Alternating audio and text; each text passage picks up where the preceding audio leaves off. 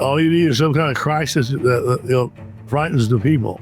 Question everything. Remember what James Madison said: we ought to mistrust all those in power. This is Kaiser Johnson with Liberty and Finance, and these are the Miles Franklin Weekly Specials for January 20th through January 27th, 2025, while supplies last. This week we feature the 1-ounce Canadian Silver Falcon coin at just $2.75 over spot, the lowest price we've had on any sovereign coin in years.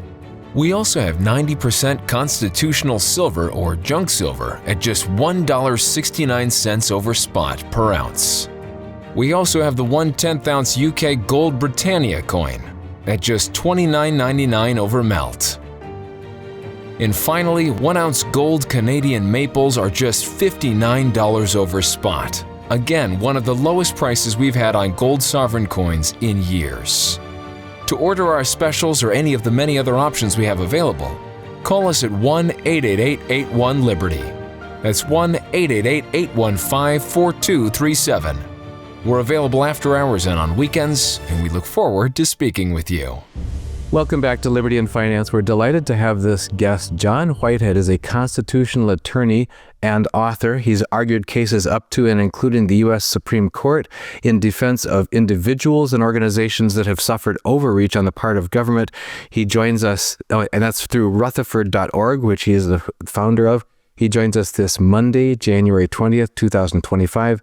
John, thank you for coming back on Liberty and Finance. Thanks for having me on your show, sir.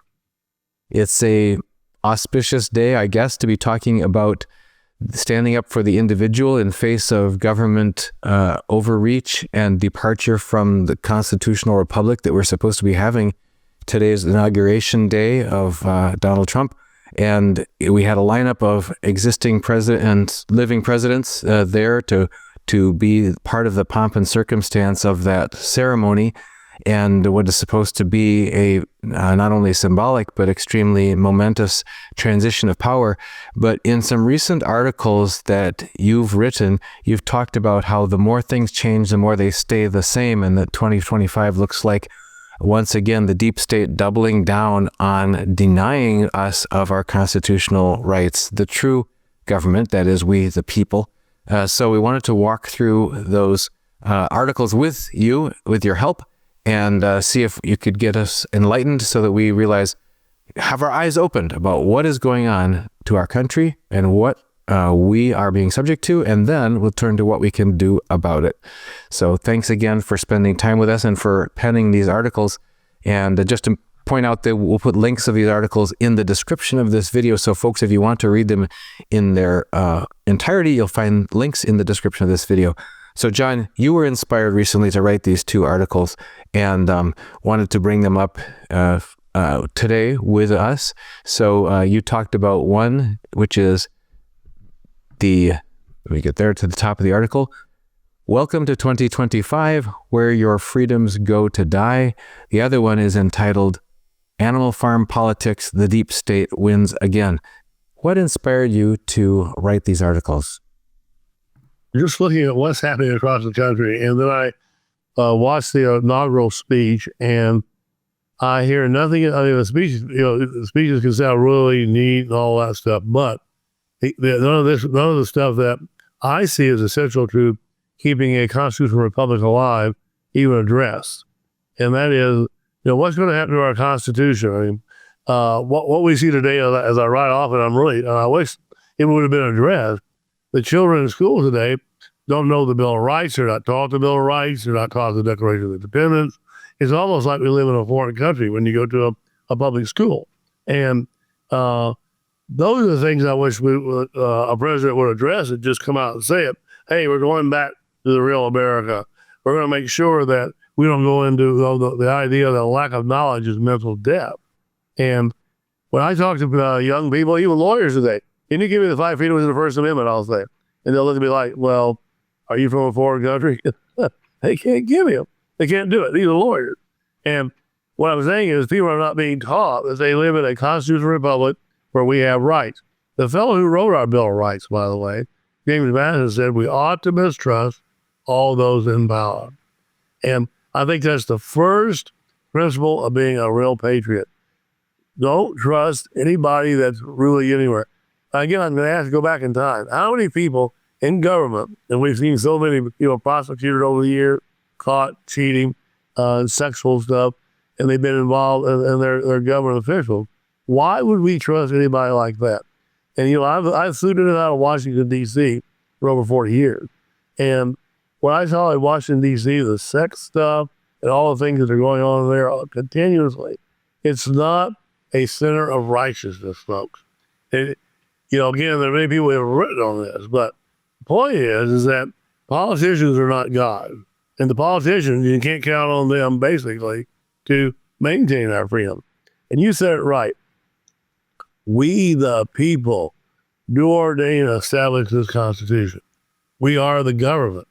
And the fact that we're the government is the key. We should be running the country, not looking after some guy that they say, oh, he's a god. I'm going to follow him and he's going to save me. No, no, no, no, no, no, no. That has never happened. Never happened. The people, listen to this. Alexis de Tocqueville, the great European writer, when he wrote his Democracy in America book, why he wrote it was when he came from Europe over to America, before the Revolutionary War, by the way, he was shocked that he went, this country is run by local communities. There is no central government. It's a break in the history of mankind. And what he saw was, a lot of the ministers, by the way, were running the show back in those days. And they were called the Black Regiment. And, they would give a speech. As the Revolutionary War broke out, they'd give a speech and have their rifle under their robes and pull them out, hold them up, time to fight back. That's what we need today. I keep saying it. Not necessarily the rifle, but get involved locally. And that's what America was established. And now we've gone away from that. We have a federal government that dictates everything, tells us what to do. Listen, when I hear people say, this guy is going to be a good one, he's going to be good thing. There are 80,000 SWAT team raids plus in America annually now. Police are going through doors, shooting people, killing up to 500 dogs a day sometimes, and in the homes. And they walk out, and the courts basically say, oh, they made a mistake. They shot this guy. And the way police are trained, are they going to change that, Mr. President? Right, only 2 days before Christmas this year, about a month ago, in a small town in Kentucky, the police were looking for a lost weed eater, they called it, a weed chopper. And the relatives saw a police car coming up in the middle of the night, pulling up. They went into charged in this guy's house, broke his door down, pointed their guns at him, and he had a pistol. He responded by pointing it back, and they shot him dead. No weed eater was found in the home. That's what we're seeing happening across the country. Very little press on it. That should shock Americans that's happening in this country. But our so-called politicians are not changing that. And so there's a whole line of list of things, that I've written about, my wife and I, who was my co-author on these articles, is that, geez, I think, what are they going to do? Now we have this emerging artificial intelligence society that's going to be very powerful, by the way. With Elon Musk in Washington, D.C., this is the fellow who developed the biochip. And that's going to be, you can plant it in the center of your head, it connects to the computer, and you're gone, folks. You're in the internet. Artificial intelligence is going to be moving so fast now. There was a great writer back in the 1960s named Marshall McLuhan. If you've never read his book, I tell people, read it, called Understanding Media. What he realized and saw, when I read it early on, I went, whoa, when I saw things coming forward. He says, environments surround people before they know it. And all of a sudden they look up and go, what's that? And Elon Musk said it not too long ago, by the way. He said, I've been warning people, the robots are coming. They won't get it till they see them coming down the street at them. This is Elon Musk. Now, and they have developed the robots. I don't know if you see some of these Chinese robots now, all these little robots are being developed. I mean, they're coming, folks. Don't you think there should be some kind of control of that? Well, who's controlling that? Is the president controlling it? Is Congress controlling it? No. Listen, Artificial intelligence to me is going to be very, very, very destructive. It's going to be on the internet. It's going to control how people think, where they go, how the police think. And so there's a lot of the things I would say I wish the president, in his speech today, Mr. Trump, would have addressed just a little bit of this, you know. All the surveillance, by the way, when you have police now, by the way, you have access to 20 million types of surveillance devices that they use and tap into. And listen, we do cases. We've had a lot of cases dealing with these issues where I've had people tell me, why were the police so agitated when they came to the front door? Well, because on their little cell phones, they have apps that basically in not one day, sometimes 1 hour, can develop, give you an entire lineup of you. What you've done, what you think. Do you have a weapon? But when they come to that front door, if you happen to have a weapon, they're going to be aggressive. And that's what's happening to people across the country. Again, we have a Bill of Rights. The Fourth Amendment, it says that we're not responsible to enter in our properties or doing anything unless they have evidence, a search warrant. They're not doing that today. You know, they're just breaking down doors and shooting people. And the courts don't let them get away with it. I wanted to maybe walk through a few of the bullet points from your article, Welcome to 2025, Where Your Freedoms Go to Die. You talked about such things as digital prisons. What do you mean by that? Well, digital prisons now is everything is going digital, even money, you know, and we're moving into a digital state, which will be, in my opinion, sort of a technocracy and everything. I mean, they want you, they don't want cash money. They don't want gold and silver. All they want is they want to be able to control all the money so they know everything you spend, where you spend it. And by the way, they won't be able to take away your digital money. Yeah, you mentioned in there, eventually a digital ID will be required to gain access to all aspects of life, government, work, travel, healthcare, financial services, shopping, etc. And before long, biometric iris scans, face print, voice, DNA, etc. will become the de facto digital ID. You've warned us in the past that there are technologies now for tracking how you walk, your gait. So not even your face. If you put a mask or a wig, it won't make any difference because it's how you walk. Pre-crime. That was interesting today because in Biden's exit, his last day, he pardoned a number of high-profile individuals, even though they haven't been officially charged with anything. So that's like I don't know what you'd call that, pre-pardoning, even ahead of being arraigned for anything. But in this thing about your article, you talked about pre-crime. What is that?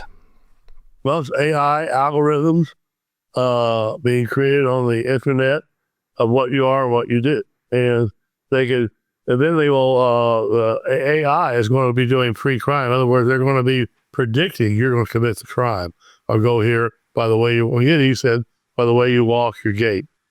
Even going through TSA now, you walk up to TSA now, all they want is your face. I mean, people, I watched this develop over the years, and it's not been very long, by the way. All of a sudden, it's just your face, nothing else, and they got you. And so, and if you're the person who was walking into a store when it was being robbed or maybe running out of the store, ready to go get shot, the police are going to come up and grab you and take you to jail. And here's the key. Will you be able to get a lawyer? Will you be able to get a lawyer to take care of you? That's going to become an issue too. And there are going to be lawyers running through the hills not wanting to defend people like that. And if you don't have the money, where are you going to go? You're going to go to prison. And listen, and people don't realize that many of the prisons today are for-profit prisons where people go and they work for Microsoft and groups like that. They make stuff. Women are actually working in fields now for big companies like Walmart and stuff, picking fruit. And can they get out of there? No. The so-called poor and underclass are not going to get out of there. No. You might have one lawyer like me out there, but how many lawyers out there like me to defend these kind of cases? There aren't many like me. You also mentioned in your article mandatory quarantines. I think a lot of us can relate to that. We interview an Australian economist, John Adams, who got a disturbing phone call one day that because his daughter had been deemed to be in near contact with another person who was had been deemed to be affected with a illness at her preschool, their family was going to be quarantined to their home. They could go in their backyard, but not their front yard, et cetera, and not shopping, et cetera. You talked about no kind of due process or judicial review. I remember Bill Clinton was queried about what he thought were the required elements for a comprehensive national health system. And he said, contact tracing is absolutely necessary. We've got to know everybody's associations. Well, and that seems to fly in the face of the guaranteed right of association in the Bill of Rights. Sure, the so-called COVID crisis proved they could actually quarantine in your home. And that was a really good test run, by the way. And now with the so-called camps they have built across the country, and under the Bush administration, they had a large corporation that got millions of dollars to build them. And by the way, I had part of my staff one time for a while, trying to figure out where these camps were. And we were calling the big corporation, and they would flip us over to the government agency. The government agency would flip us back to them. None of them would answer the questions. And I had a former NSA agent come to me about 4 or 5 years ago who said, John, they're on the military bases. They've been built. They're waiting in case we're at a big crisis and something to do so. And now we have, of course, the president, the new president, Trump, talking about grabbing migrants or something, or illegals or whatever. And I keep warning people about this. We have to be careful about this, because how the concentration camps developed in Nazi Germany was very similar to that. And Martin Niemöller, a great writer and German, later said, they came for them, they came for them, they came, and then they came for me. And I didn't object. And so the thing is that once these camps get out there and they start pulling people out of them, they're going to be deemed criminals, infected with this or whatever like that, or whatever the government doesn't want them to be at that time. And the people are saluting the government, they'll go.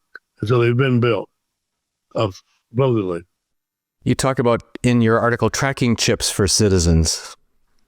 Oh, that's already, if you're flying or whatever, or wherever you're going now, RFID chips or in your driver's license, whatever.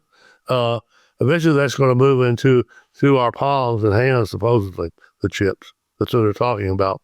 Very similar to the biochip that, what's his name? Musk has developed. And so it's coming, yeah. I've no doubt about that, in my opinion. You talked in your article about military involvement domestically. That's a very disturbing thought. And you've talked about the militarization of the police as well. Well, recently I was in New York on a subway, and 4 or 5 guys passed by with guns and camouflage outfits, and I thought, is this America? I kept watching, wherever. And people have been complaining about that in places like New York City. And the police today, with their SWAT team raids, are dressed in camouflage outfits. And many of them trained, by the way, are trained by the FBI at places like these so-called cop cities, if you've heard of them. There's one in Atlanta, which is basically a fake city, but they're training there for a big crisis to come.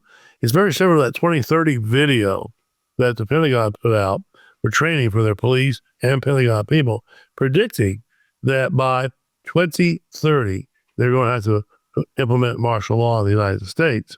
And that means that the military is going to be moving in. And several times, Trump has actually used that word. I may have to use the military or whatever to implement this. And when you have that kind of mentality, again, the idea that they can come to your door, crash to your door, has already implemented that. And the people running the show, which is this big state entity, which I think does exist, and was proved by Princeton University, which did a study of where money congregated in the United States, they came to the conclusion that the United States is run, or Washington, D.C., by 585 billionaires, of which they call the oligarchy elite, which everything. And they're basically going to be someone who is wanting to keep themselves safe. They'll be surrounded by the military, protecting them, but you can't get near, touch, or whatever, or you'll get shot or beaten up or taken to jail. And so that's the situation we're in. We're already there, folks. I mean, as I recently wrote one of my articles about George Orwell, 1984, when we saw all of how that developed, and he talks about it. But George Orwell, who died, like I said, 75 years ago, predicted this a long time ago, that we'd be run by an oligarchic elite who would change words, alter everything, total surveillance. You wouldn't be able to think, talk, or move. In fact, I wrote a fiction novel called The Eric Blair Diaries. Eric Blair was his actual name, George Orwell. He used George Orwell as a fictional name, but my book is about the same thing, where we're headed the United States. And I think that as the United States fuses with global entities, and it's going to, in my opinion, because today, we have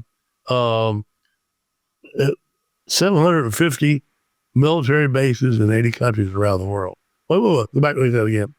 750 military bases in 80 countries. No one ever talks about that. What I'm saying, isn't it already a global empire? You have 750 bases in 80 countries. I mean, and we're worried that China is going to do something. China may do something. But if they do, it's going to be in cahoots with the people running our government, which is the money elite, which they don't care about freedom to vote. That's why you're not taught those things anymore. And why I keep telling people, get down there, learn your Constitution, your Bill of Rights, start training your kids, and start enforcing them in your local communities. I'll get back to this issue again before we have to end the show. Local communities create freedom, not a national entity that's totally out of the way, run by crooked people. You want local governments, and most people don't realize this because they don't know the Bill of Rights. The 10th Amendment says this: the local community can override federal regulation. In other words, if you don't want armed troops in your local community, if they're there, your local community can run them out if you get here and exercise power. But it's going to take strong local people getting together and fighting back. That's our only hope, in my opinion, because you're not doing anything on the national level. So I tell you people, get together and, do we want to be obedient slaves, or do we want to be people who fight back for freedom? And I'm telling people, I would rather be fighting back for freedom than to be some guy sitting watching his TV all the time. The average American watches 150 hours of television, again, a week sometimes. They're just absorbed in it. And all these young people today, when we're trying to talk to them, 13, 14, 15, they keep looking up. It's like, I'm not real, but their cell phone is real. Well, who's controlling that cell phone? The NSA, CIA, and groups like that. Yeah, that ties into what you were saying about the George Orwell's 1984. We're twisting the meaning of words, and that's one of the points in your article. You said government censorship of anything that it classifies as disinformation, and there's new terms, malinformation, etc. So, and you've also told us in the past, education precedes action, and this is the what you're describing here is getting educated about what our rights actually are, where they come from, and not being pulled in to these mass media and new media forms of misdirection. Well, the key here too is the government is not God. God gives us our rights. That's the key. They don't want you knowing that way. That's what the Declaration of Independence says. The Creator endows us with rights, inalienable rights. Inalienable means you can't give them away. They're always there. So you can grab them if you want to use them, but If you just sit by and watch them fold, you're going to lose them sooner or later. You're going to wind up in jail. People, that's why the people in this country fought the British Empire, because it was entering people's homes, smashing it down their doors, arresting people, taking over their homes, shooting people in the streets, robbing them, taking all their money, and they said, we're not taking it anymore. We're going to fight back. And again, this is always amazing when I look at the history, is how much the ministers, the local communities were actually involved in those actions of fighting back and getting organized. They were not there saluting the government. And today when I talk to many pastors, they think, well, that's sinful thinking. This idea that you can rebel or fight back. And I'm going, wait a second here. There's a guy named Jesus Christ who spoke truth to power. What happened to him? He got crucified.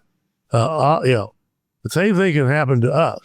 It's not, if you're a chicken, go hide and sit down and watch CNN, and whatever the groups out there get so-called giving you the news. But I'm a little worried sometimes when I've heard about who's running the news. I've had a major publicist who said, John, by the way, keep this quiet, they said.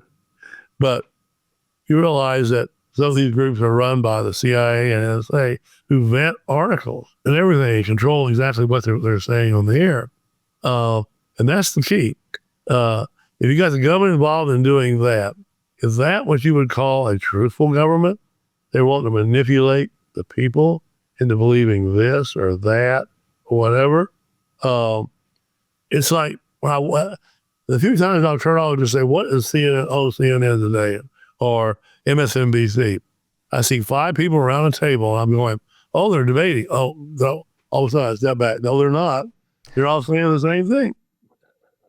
Yeah, there's been some rather impressive analyses done showing 25 or 30 different channels, different broadcast networks, all saying exactly the same sentence on the same day. Yeah. Now, you talked about also in your article, false flags and terrorist attacks. What is the sequence of events? What's this modus operandi as an attorney that you keep seeing played out when the government wants to increase control over our lives?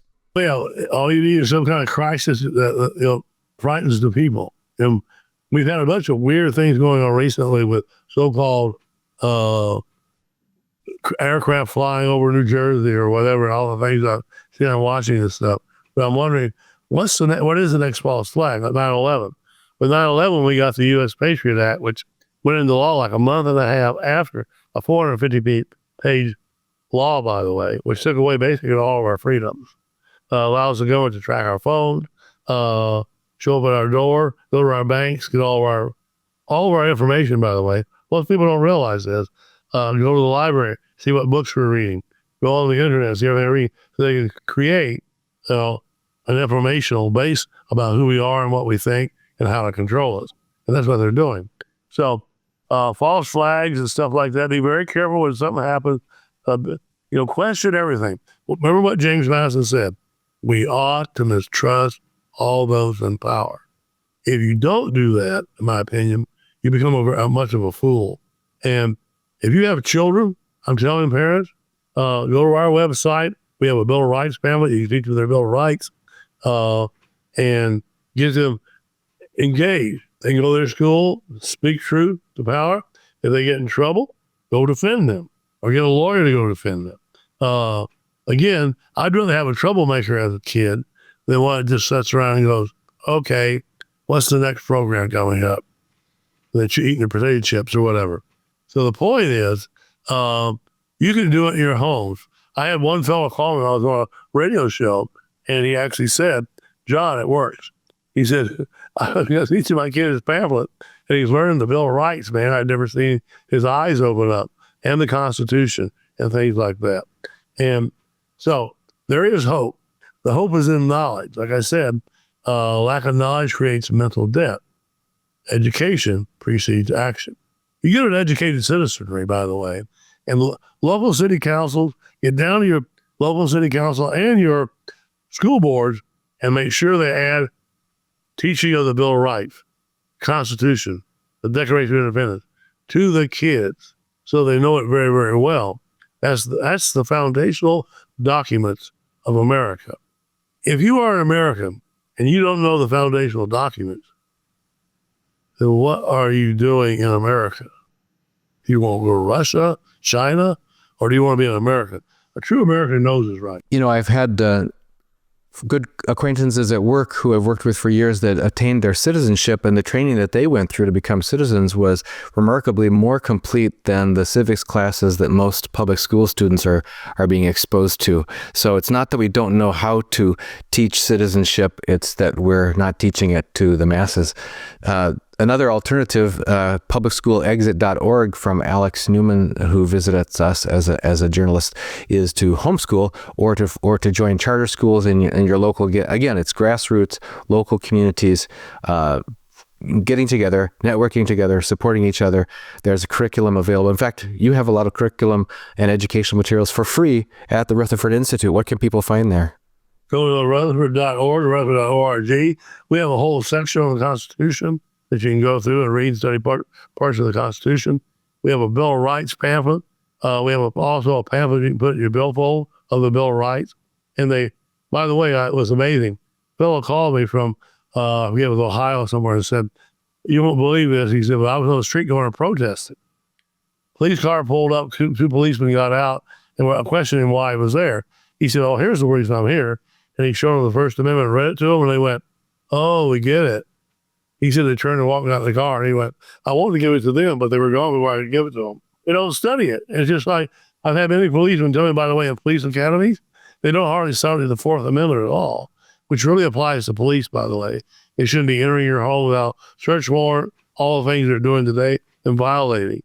And again, that educated citizenry, it changed the world, by the way, and that they don't want an educated citizenry.